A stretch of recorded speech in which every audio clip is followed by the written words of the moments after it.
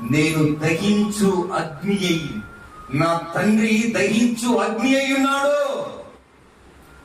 నా దేవుని యొక్క వాక్యము అగ్ని వంటిది. నా దగ్గరికి ఏ చట్టం వచ్చినా నా దహించు అగ్నితో నేను కాల్చివేస్తానంటాడు. ఈరోజు మనము రక్షణ పొంది ప్రియులారా అనేకులకు మార్గదర్శకులుగా మనము జీవించలేకపోతున్నాం. మనం కర్పూరములాగా నిస్సప్పగా బ్రతుకుతూ ఉన్నాం. ఎలా బ్రతుకుతున్నామండి? కర్పూరం ఎలా మారాలట? ఉప్పు ఎలా మారాలంట? నిప్పులా మారాలి.